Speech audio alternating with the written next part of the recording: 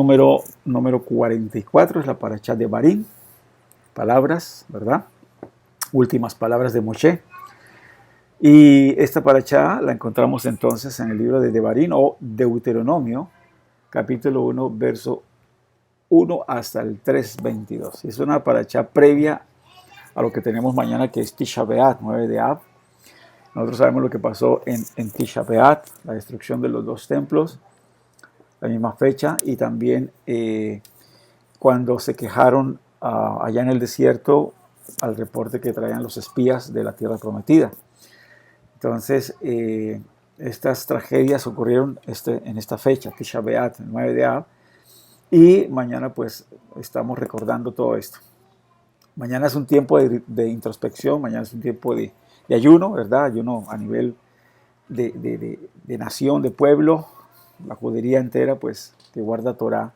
Estamos en ayuno y estamos haciendo como una introspección acerca de todos estos eventos, pero una introspección de nuestra vida, como para no repetir, ¿verdad? No tanto los hechos que llevaron a cabo la destrucción del templo, sino muchas veces repetir aún las cosas que hemos hecho mal en nuestra vida. Entonces vamos a ver aquí como una especie de resumen de la parashá para que nos empapemos más o menos de qué trata la sidra o esta porción de la Torá de este día de Shabbat. Dice aquí el primero de Shevat, 37 días antes de su fallecimiento, Moshe comienza su repetición de la Torá para toda la congregación de los hijos de Israel, repasando los eventos ocurridos y las leyes entregadas en el transcurso del viaje de 40 años desde Egipto hasta Sinaí y a la tierra prometida, amonestando a la gente por sus fallos e iniquidades y enlistándolos, ¿no?, al cumplimiento de la Torá y la observación de sus preceptos en la tierra que Dios les está dando como herencia eterna, a la cual ingresarían luego de su muerte. Moshe recuerda el nombramiento de jueces y magistrados para aliviar la carga de administrar justicia a la gente y enseñarles la palabra del Eterno. El viaje de Sinaí a través del enorme y temeroso desierto, el enviado de espías y el subsiguiente rechazo de la tierra prometida, de manera que el Eterno decretó que toda la generación del Éxodo debía perecer en el desierto. Y él añade ahí, también contra mí, dice Moshe, el Eterno se enojó por causa de ustedes, diciendo, tú tampoco entrarás allí. Moshe también recuerda algunos de los eventos más recientes. La negativa de las naciones de Moab y Amón de permitir al pueblo judío pasar por su tierra. La guerra contra los reyes emoritas, Sihón y Og. El asentamiento en sus tierras por las tribus de Rubén y Gad y la media tribu de Menashe. Y el mensaje de Moshe a su sucesor, Yehoshua, o Josué como se traduce, que llevará al pueblo a la tierra y los liderará en las batallas por su conquista. Y aquí termina pues diciéndole, no temas porque el Eterno, tu Dios, está contigo y luchará por ti. Bueno, eso más o menos es el resumen así, a grosso modo, de la paracha, de esta sidra, que corresponde a este día de Shabbat. Y reprimenda en hebreo esto, jajá. Yo creo que siempre esta paracha cae antes de Tisha B'Av, ¿sí? Antes del 9 de Av, porque nosotros entendemos que si se destruyeron el primero o segundo templo, fue por algunas cosas malas que nuestro pueblo hizo. Y aquí entra esta paracha como la crítica de Moshe al pueblo y indirectamente, obviamente, para cada uno de nosotros, para que podamos nosotros hacer conciencia, tener conciencia, ¿verdad?, de los errores del pasado, de los errores de nuestros antepasados también, y podamos corregir en el presente, ¿verdad?, tales errores de tal manera que no los perpetuemos. Vamos a leer simplemente el versículo 1 de Devarim, ¿sí? Versículo 1, capítulo 1, versículo 1 de Devarim, y dice así: estas son las palabras que dijo Moshe a todo Israel del otro lado del Jordán, frente al Yam Suf, entre Parán y Tofel, y Labán, y Haserot, y Dizahab. Eso es lo que dice allí el primer texto. Algo que estudiando aquí y viendo algunas notas interesantes, puedo decirles es que más de 40 años atrás, Moshe estaba disculpándose con el Eterno cuando el Eterno lo encomienda, lo llama para que saque al pueblo de Israel de Egipto, y le está diciendo, pues que yo soy un hombre falto de palabra, yo no soy una persona muy fluida, ¿verdad? En el habla y esto. Y entonces aquí encontramos después, 40 años después, a un Moshe dando todo un discurso, ¿sí? Todo un discurso. O sea, cuando hablamos de Devarim, estamos hablando de Mishneh Torah. Mishneh significa repetición de la Torah. O sea que aquí en Devarim él repite prácticamente lo que está en los otros 4 libros, ¿sí? Y está dando aquí un discurso, pero, o sea, de lo mejor. Vemos entonces cómo Moshe sacó, por decir así, la mejor versión de él mismo, ¿sí? Más de 40 años atrás decía, yo no puedo hablar, yo no sé, ¿verdad?, dialogar, soy muy corto de habla y todo eso. Y aquí él se explaya en toda esta tojajá, en toda este reproche que le hace al pueblo de Israel, ¿sí? Muy bien. Entonces, esto es como una enseñanza, ¿no? Una enseñanza de que podemos superar muchas cosas, de que podemos mejorar, de que podemos sacar la mejor versión de nosotros. O sea, es más o menos como algo así, es como una píldora de motivación, ¿verdad? Para cada uno, de que sí se puede, con el Eterno todo se puede. Y acordémonos las palabras de nuestro Rebé, Su Majestad Yeshua HaMashiach, que dijo que todo es posible con él. O sea, con él todo es posible. Saqué aquí algunas apartes de una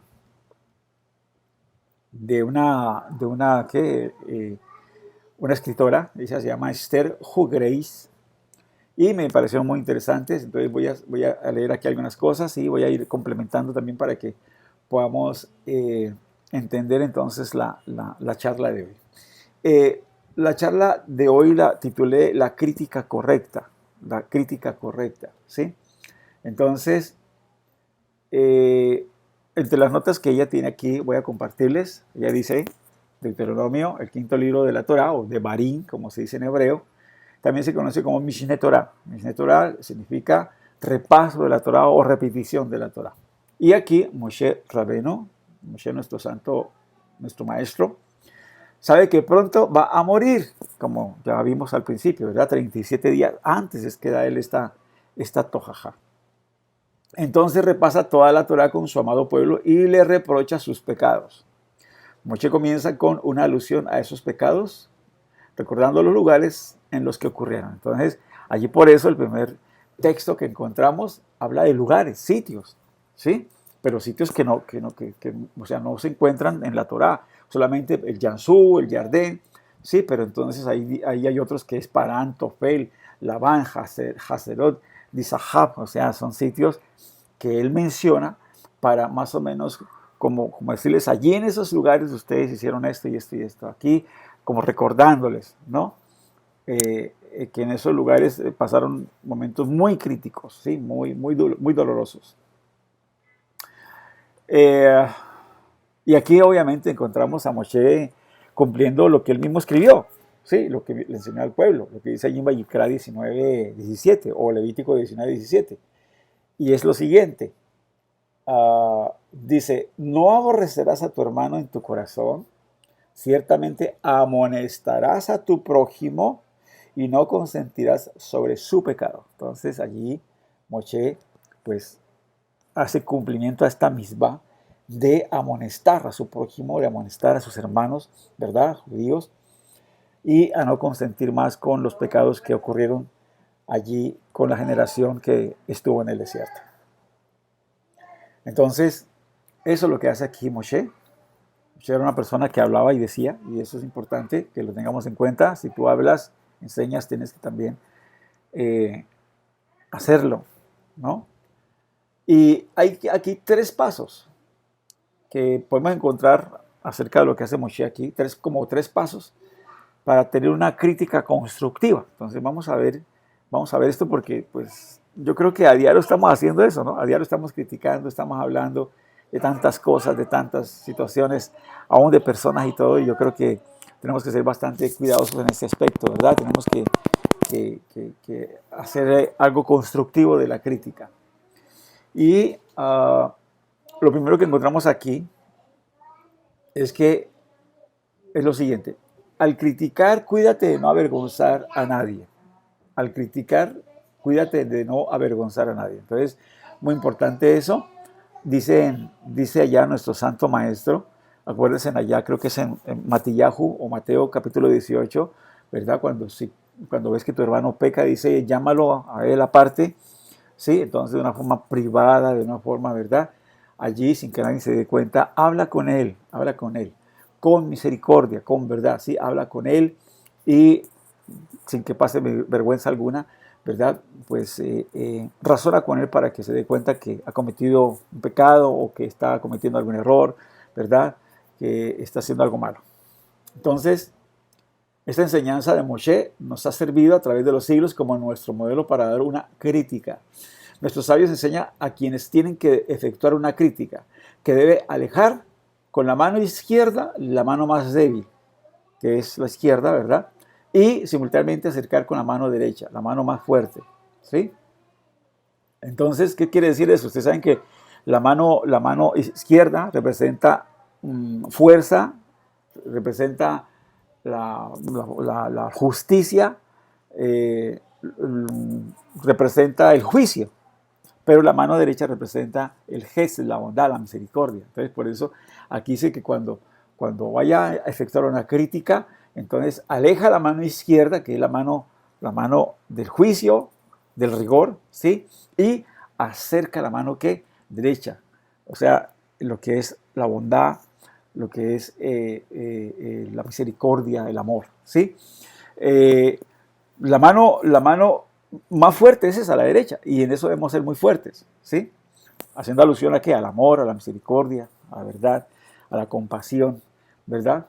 Y la mano izquierda, que usualmente es la más débil porque somos más diestros que zurdos, entonces es la que representa, ¿verdad? El juicio, ¿verdad? La fuerza, el rigor. Entonces debemos alejar eso cuando vamos a hacer una crítica, ¿sí? Eso es lo que aquí están hablando los sabios. Entonces, para que la persona a la que critiquemos entienda que no se le juzga a ella, ¿verdad? Sino a sus acciones. Aquí no hay que juzgar a la persona como tal, sino sus acciones, lo que hay que señalar, ¿no? No a la persona como tal, ¿no? Entonces, es importante eso, ¿sí? Ser objetivos y mostrar más bien la acción, o sea, señalar la acción, si fue buena, si fue mala, si fue incorrecta, si fue un grave error, pero es la acción, no a la persona, no, a la persona no. Y finalmente Moshe nos enseñó que al ofrecer una crítica, nuestras palabras no deben solo censurar, sino que también deben ser terapéuticas y demostrar cómo superar la debilidad y la tentación. Entonces, estamos sí poniendo la mano en la llaga, pero entonces hay que traer la cura también, o sea, sería también darle como la forma de poder salir, la forma de poder sacar adelante, ¿verdad?, su problema, la forma de ayudarle, ¿verdad?, a superar de pronto esa situación, ¿no? Entonces, no solamente señalar la acción, sino también mostrar el camino que se puede seguir como para superar esa situación, ¿sí? Entonces, ahí ese es como el primer punto, ¿no? Al criticar, cuídate de no avergonzar a nadie, ¿sí? Primero hacerlo de una forma privada. Y mire que eso es un proceso. Allí, por ejemplo, si vemos nosotros, eso está allí en Matillahu, capítulo 18, ¿sí? Dice allí, ve tú con él, ¿sí? Y si te oyere, bueno, no hay ningún problema, si atendió el consejo, si atendió la crítica, si aceptó, ¿verdad?, su error, no hay ningún problema.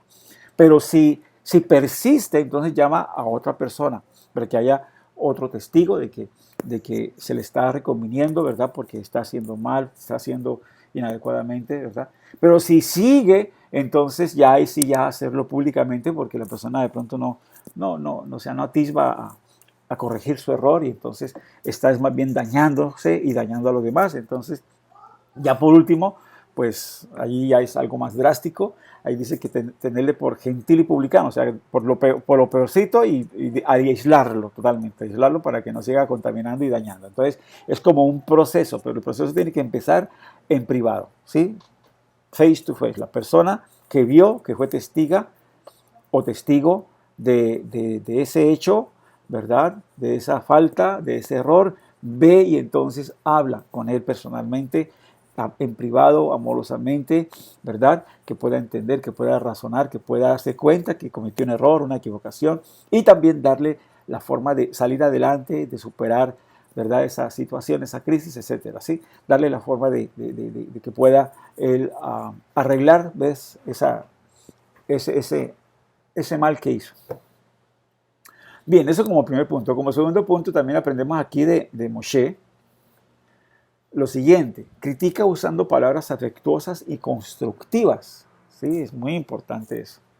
Palabras afectuosas y constructivas. A veces, hoy día, con tanta jerga y tanto vocabulario que hay, a veces las personas pues son groseras, ¿no? A veces al juzgar a alguien, al criticar a alguien, y eso hay que evitarlo, hay que evitar la grosería, vea, en todos los aspectos de la vida. Evitar las palabras inadecuadas, las palabras hirientes, ¿sí? Deben ser palabras afectuosas, deben ser palabras constructivas. A menudo, al criticar a miembros de nuestra familia o amigos, tendemos a caer en la trampa de matar al muerto. ¿Qué significa eso? Matar al muerto. Pues ya el hombre ya está cogido, ya se dio cuenta que está mal y todo eso, y es como caerle al caído.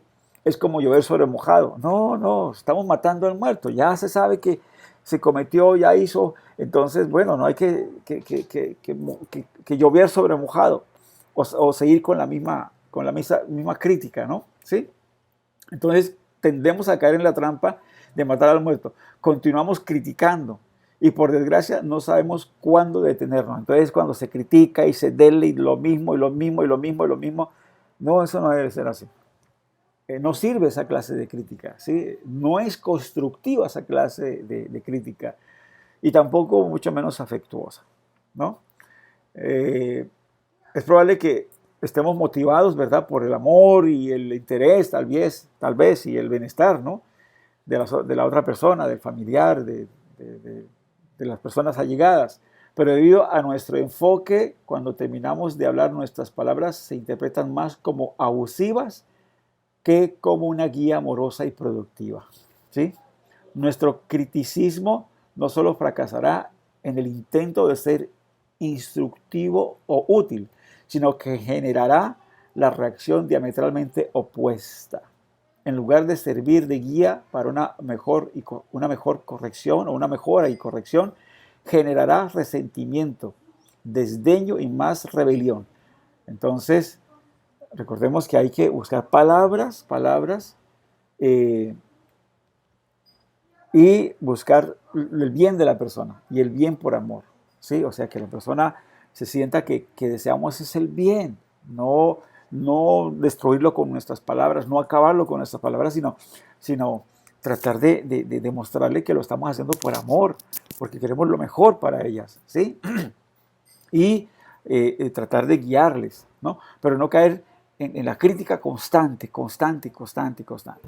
¿sí? Recordaba yo algunas personas del pasado que venían a aconsejar y que venían a pedir un consejo, y esto, que para zafarse de una relación afectuosa, amorosa, o inclusive de un matrimonio o de un compromiso, trataban de buscar algo para agarrarse de eso y tener justificada la separación, el divorcio, lo que sea, ¿sí? Y trataban de criticar y quedarse allí, no, pero es que tú eres no sé qué, y entonces ya uno, cuando uno es consejero, se da cuenta y dice, no, está buscando simplemente un pretexto para acabar con la relación, para terminar el compromiso, ¿sí? Pero no está siendo justo, ¿verdad? En el sentido de que tiene que buscar más bien como la reconciliación, alimentar el amor, y no, ya estaban buscando es un pretexto más bien para separar, para acabar. Entonces, aquí es todo lo opuesto. Cuando nosotros hacemos una crítica, ¿verdad? Esa crítica debe ser afectuosa y constructiva, ¿sí? Debe O sea, esa es la crítica de la Torah. La Torah es una crítica siempre afectuosa y constructiva. Y eso es lo que tenemos nosotros que adoptar en todos los campos, ¿no? Para que las cosas puedan tener un resultado positivo, ¿sí? Y que las personas sepan que queremos el bien, que queremos por amor hacer el bien y queremos construir, queremos arreglar, queremos mejorar muchos aspectos que puedan estar dañándose en la persona o dañando a las personas, ¿sí? Entonces, de eso se trata. De no llover sobre mojado, de no matar al muerto, de estar allí, dele con lo mismo y con lo mismo. No se trata de eso. Si amamos al prójimo o amamos al ser querido o al familiar, debemos mostrarle amor en el sentido de que démosle soluciones. O sea, démosles a ellos la alternativa de solucionar su problema, su situación, su debilidad, etc. ¿Sí? Causémoslos, ¿no? Con amor, con palabras adecuadas, ¿sí? Con palabras, inclusive hasta a veces tenemos que escoger las palabras. A veces tenemos que pedirle al Eterno, inspírame, por favor, lo que tengo que decir, es verdad, porque muchas veces, ustedes saben que en la ira del hombre no opera la justicia de Dios. Entonces, uno tiene que, caramba, muchas veces hasta calmarse, uno tiene que respirar profundo, tomar días incluso para poder uno dar una crítica constructiva, ¿sí? Y poder hablar con la persona y reconvenirla. Entonces, muchas veces eso es necesario, ¿sí?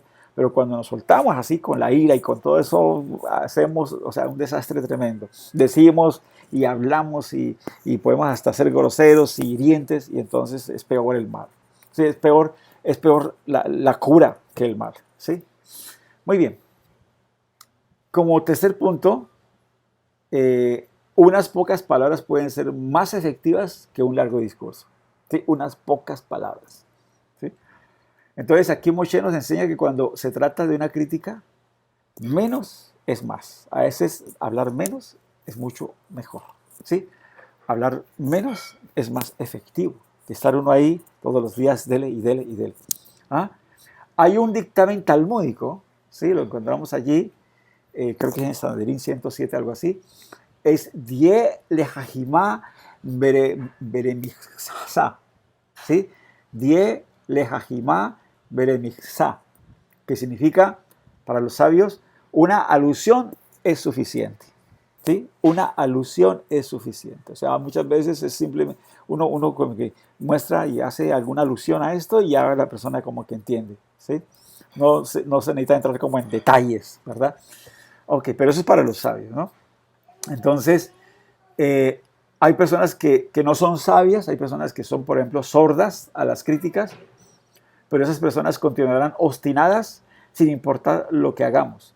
Ni un remolque las moverá. Machacar sobre un tema no solo es contraproducente, sino que genera ¿qué? Oposición. Antes de criticar hay que pensar muy bien y analizar las palabras que vamos a decir, ¿sí? El rey Shlomo enseñó, no critiques a un tonto, no critiques a un tonto, porque te odiará, ¿sí? Critica a un hombre sabio y te amará. Y muchas veces uno simplemente con una alusión a un hombre sabio, ¿verdad? Ya entiende muy bien perfectamente qué se le está diciendo, y entonces ese sabio te amará porque el sabio quiere corregirse, el sabio quiere mejorarse, el sabio quiere superarse, y cuando encuentra a alguien que le critica algo, ¿verdad? Que sabe que está mal, entonces lo agradece, sí, lo agradece, pero criticar a una persona tonta, a una persona rebelde, es complicado, entonces hay que buscar bien las palabras, buscar bien, ¿verdad?, lo que vamos a decir y cómo lo vamos a decir, porque coger a una persona rebelde, contumaz, una persona que no quiere entrar en razón, es un poquito muy complicado, ¿sí? A veces le señalamos, le decimos, y en vez de amarnos, nos aborrece más, ¿sí? Porque le estamos señalando su pecado, su maldad, su error, etc. Entonces, hay que ser muy sabios en esa parte y pedir mucha dirección divina para ello. Otra cosa aquí que podemos ver en la paracha es, por ejemplo, cómo podemos entender que Moshe criticara a quienes no pecaron. ¿Sí? O sea, aquí Moshe se está dirigiendo a una generación nueva, porque toda la generación que cometieron los errores, los pecados más tremendos y todo eso, murieron, todos ellos murieron. Acuérdense que la sentencia del Eterno fue: esta generación no entrará, a punto. Los de 20 años arriba no entrarán, los de 20 años para abajo son los que van a entrar. Y aquí ya él estaba a las puertas de ¿qué? De morir y de darle a Yehoshua su cargo para que él entonces introduzca al pueblo de Israel a la tierra prometida. O sea que la generación que estaba ya era una generación nueva. Y entonces, ¿por qué Moshe? ¿Por qué Moshe critica a la generación nueva si ellos no fueron los que pecaron? Interesante, ¿no? Interesante esto. Nos sorprende entonces, obviamente, en esta paracha eso, que la crítica se dirija a quienes nunca participaron en esos actos terribles. ¿Sí? Era el 40º año de su larga travesía por el desierto. Moshe se despide del pueblo, pero la generación que pecó ya murió, ya estaba muerta. Él habla con los hijos de los rebeldes, o sea, con los descendientes de ellos. ¿Por qué entonces los reprende? Ellos no habían pecado. Los culpables eran sus padres. ¿Sí ve? O sea, él aquí hace esta tojajá. ¿A quién? A la nueva generación. ¿Por qué él hace esta tojajá a la nueva generación? ¿Por qué reprende a la nueva generación? Bueno, entonces aquí hay algo muy interesante. Porque hay una disposición genética de copiar a nuestros antecesores. Entonces, aquí hay que tener cuidado de esa predisposición genética que hemos heredado de nuestros antepasados. ¿Sí? Entonces, hay que tener mucho cuidado de esa predisposición genética que tenemos de nuestros padres, de nuestros abuelos, nuestros tíos, ¿sí? Las personas que influyeron en nuestra vida. Hay que tener mucho cuidado y sobre todo de los padres. Aquí se trata aquí él estaba dando esta tojajá, esta reprimenda a los hijos de los rebeldes. Entonces, ¿por qué? Porque esa predisposición genética hace que se copie el ejemplo de los antecesores, ¿sí? Recordemos allí lo que dijo nuestro Santo Maestro, allí en Yohanan 5:19. Y cito estas palabras, ¿sí? Dice: no puede el Hijo hacer nada de sí mismo, sino lo que ve hacer al Padre, porque todo lo que Él hace, eso también hace el Hijo igualmente. Bueno, aquí Él se está refiriendo obviamente a las obras que Él estaba haciendo, ¿verdad? A las palabras que Él estaba diciendo, a las acciones que Él tenía. O sea, Él estaba hablando de que Él vio eso del Padre, ¿sí? Y por eso Él lo hacía. Ahora, no fuera que Él estuviera haciendo algo malo, no. Él, todo lo que hizo fue perfecto, estuvo bien. Sí, pero entonces nos deja una gran enseñanza aquí, y es una enseñanza que se aplica hoy día y para todas las generaciones. Los hijos tratan de copiar la conducta de los padres. Ahora, aun cuando no trate de copiar las conductas de los padres, ¿verdad? Y trate de mejorar, siempre habrá una predisposición genética. Va a haber como una predisposición genética, ¿sí? Una fuerza genética y heredada que va a tratar de inclinarlos a hacer y a cometer los mismos errores que sus padres o que sus antecesores. Entonces, eso es lo que tenemos que tener mucho cuidado. Yo creo que ahí es donde entendemos nosotros bastante bien lo que dice Shemot o Éxodo 25. Vea lo que dice Éxodo 25, dice: no te inclinarás a ellas, hablando de la idolatría, ¿no? Ni las honrarás, porque yo, Adonai, tu Dios, soy el Dios celoso, que visito la maldad de los padres sobre los hijos hasta la tercera y cuarta generación de los que me aborrecen. Entonces, ¿cómo así que él visita la maldad de los padres sobre los hijos? Perdón. ¿Cómo así que él visita la maldad de los padres? O sea, que los hijos están pagando por el pecado de los padres. No. Lo que pasa es que cuando los padres han sido malos, los hijos van heredando. Y si los hijos no toman conciencia de eso, entonces también van llevando. Así como dice, ¿sí? Entonces, aquí la idea es que si los padres pecaron, los hijos no cometan los mismos errores, ¿sí? Porque se trata siempre genéticamente de copiar lo que hicieron los padres, de emular lo que hicieron los padres. Entonces, aquí cuando el Eterno dice: porque visito la maldad de los padres sobre los hijos. Si los hijos no se corrigen y siguen el mismo ejemplo de los padres, el mal ejemplo, entonces, vea, visitaré la maldad de los padres sobre los hijos hasta la tercera y cuarta generación de los que me aborrecen. Entonces, aquellos que siguen en sus errores es porque no han hecho un pare en su vida y no han dicho: caramba, mi padre, mi madre, o mi abuelo, mi tatarabuelo, o mi tío, lo que sea, hizo esto, yo no voy a cometer el mismo error. ¿Sí? Sino que dicen, bueno, si mi papá lo hizo, yo por qué no lo voy a hacer, o si mi mamá era así, pues yo también solo soy. Entonces, allí es como una especie de bola de nieve, ¿no? O sea que eso va rodando y va rodando y va rodando y va afectando todo. Se va volviendo tan gigante que afecta a todo. Entonces, por eso el Eterno tiene que ah, mandar sus reprimendas, mandar sus castigos, ¿verdad? Cuando dice aquí que visitará la maldad de los padres o los hijos, es que, bueno, entonces Él cobrará, ¿verdad? Juicio sobre todo esto. Y por eso es que es importante que los hijos hagan un padre y miren sus antecesores, su padre, su madre, los que influyeron en su crianza, los que influyeron en su vida, ¿verdad? Y aquellas cosas que no están conforme a la Torá, que no están conforme a la voluntad divina, empiecen a quitarlas, a trabajar en su vida, ¿sí? Si son actitudes, si son acciones, si son, si son cuestiones de carácter, si son cuestiones, ¿verdad?, de sus midot, de sus características, y son muy negativas, tiene que trabajar uno consigo mismo para no repetir los mismos pecados, los mismos errores, las mismas transgresiones que hicieron nuestros antecesores. Entonces, por eso Moshe aquí le está hablando es a la nueva generación, ¿sí? Como diciendo, ustedes no repitan lo que hicieron sus padres. Sus padres fueron rebeldes, hicieron esto y esto y esto, en tal parte, en tal sitio, en tal lugar. Ustedes, por favor, ¿sí? Recapaciten, no cometan esos errores de nuevo, ¿sí? Entonces, la idea aquí es que las generaciones presentes y futuras sean una mejor versión de uno mismo, sean la versión mejorada de uno mismo. Eso es la idea, ese es el objetivo, ¿sí?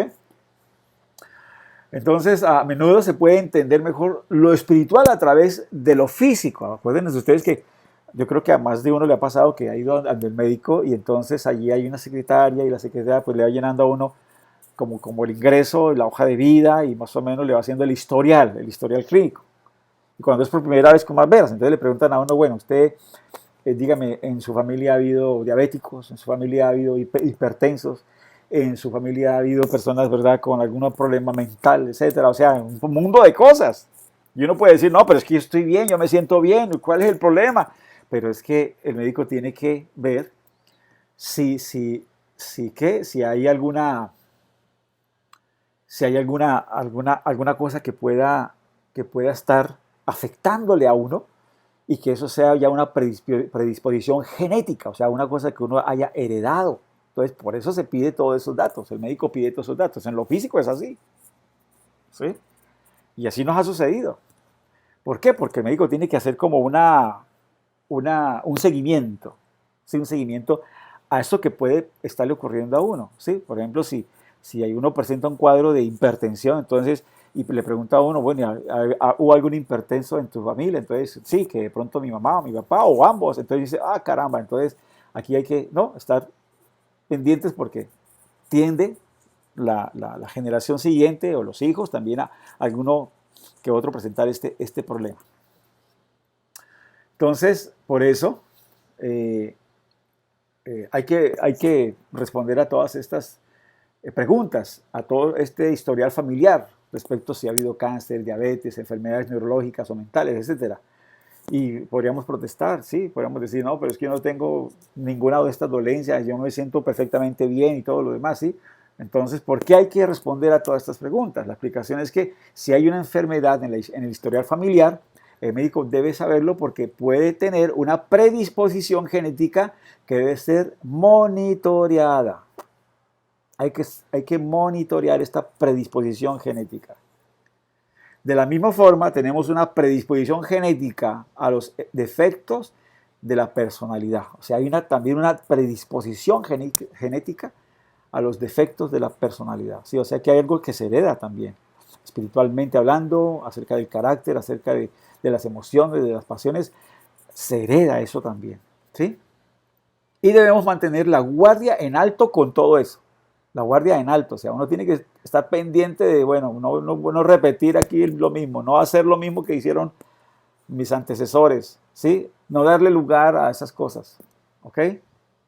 Por ejemplo, Si fuimos criados en una familia, atención, en la que se perdían fácilmente los estribos y en lugar de comunicarse racionalmente, amorosamente, se gritaba abusivamente, es muy probable que repitamos el mismo patrón de comportamiento a pesar de que intelectualmente nos parezca reprensible y lo rechacemos. Entonces, sí, usted puede decir, bueno, yo no voy a repetir este esquema y nada, yo no voy a... Sí, yo vi que se agredían mis padres, que eso eran con grosería y todo eso, yo no voy a repetirlo. Yo no, y usted puede tenerlo en su mente, ya lo racionalizado, ¿sí? Pero eso no quiere decir que genéticamente tenga la predisposición. Y que tarde o temprano, ¿verdad? Deje que aflore, salga esa predisposición genética. ¿Sí? Entonces, por eso es que hay que estar muy pendiente, ¿verdad? De no cometer esos mismos errores. ¿Sí? Por ello debemos estar en guardia entonces para no repetir los errores de las generaciones previas. Muy bien, y entonces algo aquí muy interesante que aquí pues obviamente Moshe, al reprender la nueva generación, busca, ¿sí? Es honrar a los padres, es honrar a los padres. ¿Qué significa eso? Vamos a ver entonces. Moshe no solo nos alertó a mantener la guardia en alto para no sucumbir ante las debilidades del pasado, sino que también nos demostró cómo podemos rectificar los errores de nuestros antepasados y generarles méritos en el cielo. Mientras nosotros, en el mundo material, podemos heredar las posesiones de nuestros padres y abuelos, ¿verdad? Heredar sus casas, sus edificios, sus carros, sus motos, sus bicicletas, su dinero, su fortuna. En el mundo espiritual ocurre exactamente lo opuesto. Nuestros padres y abuelos se elevan espiritualmente en los cielos gracias a nuestras acciones, a nuestro compromiso con la Torá, a nuestras misbot cumplidas, a nuestra sedaká, a nuestro gesed. ¿Sí? Entonces, eso es una forma de honrar a los padres. Muchas veces pensamos que honrar a los padres es mientras estén en vida, o sea, que estén en vida, ayudarles, recompensarles a ellos todo el sacrificio que hicieron al criarnos, al darnos la educación, el alimento, el vestido, ¿verdad? Las medicinas, al estar pendiente de nosotros cuando estuvimos enfermos. Sí, es recompensarles en vida cuando ya están ancianos y todo eso, entonces como honrarlos. No, ahí no termina. ¿Sí? Aún de muertos podemos honrarlos también. Y podemos honrarlos a ellos con una buena, como les dijera, buen comportamiento, buen testimonio de parte nuestra, ¿sí? Con el cumplimiento de las misbot, con el compromiso con la Torá, con darse de acá, con hacer gesed, ¿sí? O sea, de esa manera podemos honrar la memoria de ellos. ¿Por qué? Yo no sé, pero ¿por qué? Porque las personas dirán, caramba, mire, ese es el hijo del difunto tal, fulano de tal, vean, hombre correcto, una mujer correcta, una mujer que hace las cosas, vea, muy bien, o sea, parece que esos padres los educaron adecuadamente, ¿sí? Entonces es como una forma de honrar a los padres, ¿sí? De que puedan vernos a nosotros haciendo buenas acciones, cumpliendo Torah. Cuando usted cumple la Torah, está en el mundo de lo transparente, está en el mundo de la luz, ¿sí? Y esas acciones repercuten no solamente en este tiempo, sino también en el mundo venidero. Todo eso repercute, tiene una repercusión que nosotros no alcanzamos ni imaginamos el alcance tan tremendo, ¿sí? Entonces, cuando cumplimos Torah, nosotros estamos en el reino de luz, ¿sí? Estamos afectando positivamente todo en absoluto. Y estamos haciendo que nuestros padres sean honrados, ¿sí? De alguna manera nuestros padres sean honrados. Entonces, por eso aquí Moshe alerta a la nueva generación a que no cometan los errores de sus padres, los mismos errores de sus padres, ¿sí? Y es una especie de compromiso que él les pide para que honren más bien la memoria de los padres, ¿sí? Haciendo buenas acciones, cumpliendo las misbot de la Torá, obedeciendo a Kadosh Baruj Hu, ¿verdad? Y haciendo todos estos masim tovim como tzedaká, gesed, ¿verdad? y, y- y todo lo que tiene que ver con la ayuda al prójimo. Esa es una forma entonces de honrar la memoria de nuestros padres, ¿sí? Que podamos nosotros tener el mérito, ¿no?, de honrar la memoria de nuestros antecesores, que el Eterno nos dé fortaleza, nos dé esa ayuda y que podamos aprender aquí de esta tojajá, ¿verdad?, de lo que hace Moshe, esos pasos importantes. Son 3 pasitos importantes, sencillos, pero muy importantes, ¿verdad? De, de dar una crítica buena, constructiva, una crítica que puede ayudar, ¿verdad?, a las personas. Y es lo primero, a criticar, cuídate de no avergonzar a nadie. Segundo, critica usando palabras afectuosas y constructivas. Y tercero, unas pocas palabras pueden ser más efectivas que un largo discurso. Que el Eterno nos ayude. Recordemos, ¿verdad?, que nuestro Santo Maestro, cuando criticó, es más, cuando juzgó, lo hizo de una forma perfecta, ¿sí?, con justa causa, ¿no? Y lo hizo fue más bien para que las personas cambiaran, las personas reconocieran su error, hicieran teshuvah, se arrepintieran y volvieran por el camino de la Torah. Que podamos recibir ese ejemplo de nuestro Santo Maestro y de todos sus emisarios y de todos aquellos adiquines, sadiquesas que encontramos nosotros allí en las palabras de la Torah y podamos construir, ¿verdad?, para nosotros un mundo mejor, un hogar mejor, unas relaciones mucho mejores, más afectivas. Recordemos que el segundo templo se destruyó por el odio gratuito, ¿sí? Porque había un odio gratuito, o sea, las personas se odiaban, las personas no se toleraban, y entonces por eso se destruyó el segundo templo, ¿sí? Y debemos aprender, ¿verdad?, a mirarnos con un Ain Tová, o sea, un ojo bueno, y podamos nosotros construir, en vez de destruir, construir, ayudar a nuestro prójimo, ayudar a nuestro hermano, ayudar a los demás. Que el Eterno nos ayude y que pronto venga la redención para todos.